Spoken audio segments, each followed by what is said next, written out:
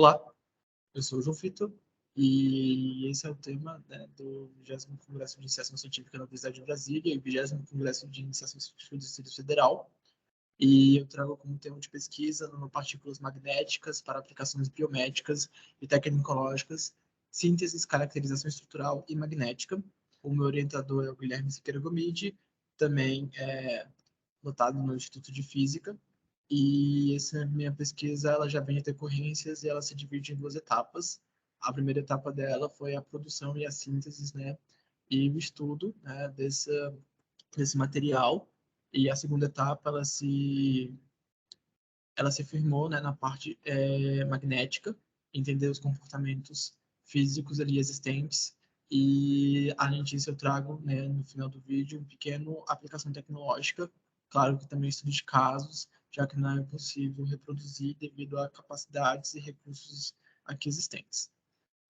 Bem, então, para fazer a introdução ao tema, eu vou trazer as aplicações tecnológicas usando nanopartículas, que são partículas cujo tamanho se situa entre 1 e 100 nanômetros, e ela vem crescendo no campo tecnológico. Esse crescimento pode ser explicado devido à facilidade de se trabalhar em uma escala pequena e explorar suas particularidades. Então, inicialmente, foi realizada a síntese dessas nanopartículas dentro do Laboratório de Fluidos Complexos do Instituto de Física da UNB, e ela passou por algumas fases e ela demorou alguns dias. Então, a gente começa primeiro fazendo, né, a coprecipitação, logo depois é necessário a acidificação, o tratamento superficial, e, para finalizar, a gente tem a peptização. Então, após isso, a gente finalmente tem uma nanopartícula magnética, que é uma nanopartícula em formato Corchel, e foi realizado, né, os estudos dessa estrutura, desses compostos que foram feitos para saber a sua escala, o seu volume, as composições existentes ali, para saber se era uma boa nanopartícula ou uma má nanopartícula. Após isso, foi iniciado, então, um estudo, né, do entendimento físico sobre as propriedades magnéticas para se colocar essas nanopartículas que foram trabalhadas. Então, as nanopartículas magnéticas, elas exibem essas propriedades magnéticas, como o efeito supramagnético e a corrosividade. Então, isso vai diferenciar ela de materiais ferromagnéticos convencionais que a gente já tem hoje em dia, como ímã de geladeira, e outros afins. O nanomagnetismo, em escalas geométricas, o magnetismo vai se comportar de forma diferente devido às interações entre spins elétricos. Essas interações de troca e supertroca são fundamentais para entender o magnetismo em materiais magnéticos. Então, como a gente sabe, né, as nanopartículas elas têm um tipo específico e essas orientações dos spins elétricos delas vai mudar devido a essas interações quando elas estão induzidas a um campo magnético. Outro tema também que foi trabalhado é a anisotropia magnética, que materiais anisotrópicos têm direções preferenciais de magnetização devido à simetria da sua estrutura cristalina, ou seja, a estrutura que foi realizada durante a síntese. Então, a anisotropia magnetocristalina depende da rede cristalina e pode afetar as propriedades magnéticas que foram inseridas nesse material.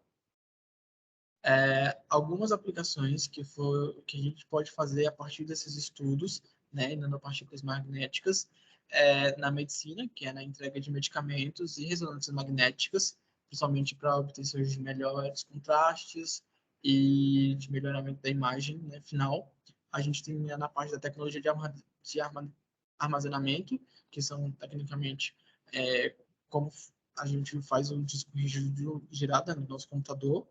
A gente tem a remediação ambiental, que vai ser a remoção desses poluentes, ou seja, remoção desses resíduos, né, químicos devido a má utilização ou acidentes ambientais. Então, remoção a partir, né, de nanopartículas magnéticas, dependendo do teor de aplicação e de poluição dessa área. Na eletrônica, em sensores e dispositivos magneto-óticos e na indústria de petróleo e gás e tecnologias de resfriamento também. E trazendo um pouco da nossa aplicação tecnológica mais para estudo de casos, eu trouxe a hipertermia, que a introdução ela destaca a hipertermia como uma terapia oncológica, que ela vai utilizar essas nanopartículas magnéticas que são produzidas e estudadas para aquecer células cancerígenas. E esse aquecimento é devido ao campo magnético induzido ali presente. Então, além disso, essas nanopartículas têm aplicação na ressonância magnética, permitindo diagnósticos e terapias combinados, ou seja, uma melhor definição do contraste dessas imagens para melhor estudo dos casos desses pacientes que eles estão submetidos a esses tratamentos. Então, a eficiência de aquecimento das nanopartículas eles vai depender dos fatores como tamanho, magnetização, anisotropia magnética, bem como da interação dipolar magnética e agregação das nanopartículas. Então, as eficiências desses tratamentos que ocorrem, né, na terapia oncológica, ela só é possível a partir de testes que são realizados dentro dos laboratórios físicos e de outras áreas do conhecimento afim. Então, a ciência ela trabalha muito com isso, em testes e mais testes que precisam ser realizados para a gente ter uma definição geral desses tratamentos. E aí ser também menos nocivo ao paciente quando a gente está tratando principalmente na terapia oncológica, né, que são justamente a terapia em pessoas que possuem algum tipo de câncer. Então, os estudos das nanopartículas magnéticas é uma área muito interdisciplinar e ela é promissora, então ela anda muito em desenvolvimento, principalmente aqui na Universidade de Brasília e outras universidades também do Brasil e do mundo afora. Entender o magnetismo na sua estrutura principal e as escalas é essencial para aproveitar esse potencial, então é necessária a dedicação, né, desses pesquisadores e continuar estudando, né, a área do magnetismo e juntamente com isso, essas aplicações que podem ser tiradas dessas áreas para falar um pouquinho sobre aquecimento, para entender como que funciona o material, qual é as vantagens de ter um material grande, um material pequeno. E esses materiais têm amplas aplicações em áreas como a medicina e a tecnologia, como foi apresentado. Então, eu gostaria de agradecer muito ao PROIC, né, e ao UNB pelo incentivo e permanência no programa, né, de pesquisa.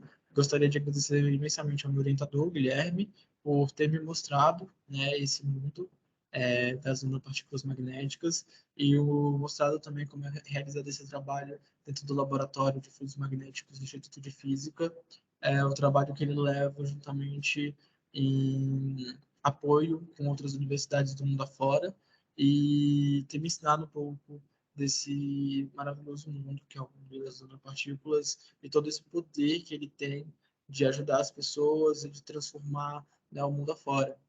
Então, por mais incentivo à pesquisa, eu agradeço demais a oportunidade de ter aprendido um pouco sobre isso. Muito obrigado.